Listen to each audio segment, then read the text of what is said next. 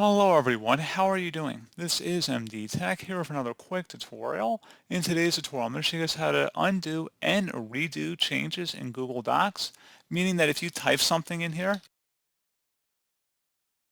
and let's say you want to undo it, and then maybe you even want to redo it, so let's say you want to delete it after you've just made a mistake, but then maybe you change your mind and you want to actually have it back in there.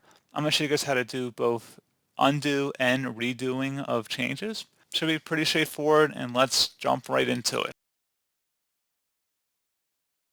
So let's say we want to undo the last action we just did here. You'll go up here and select the undo option, which is also known as Control Z. This is pretty universal across most software and applications. So we're going to select the ribbon icon here just to undo the last action there. And again, that would be Control Z if you wanted to do the keyboard shortcut.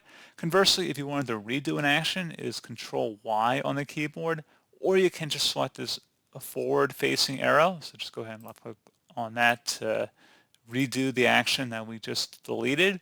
So pretty straightforward process. Do hope I was able to help you out, and I do look forward to catching you all in the next tutorial. Goodbye.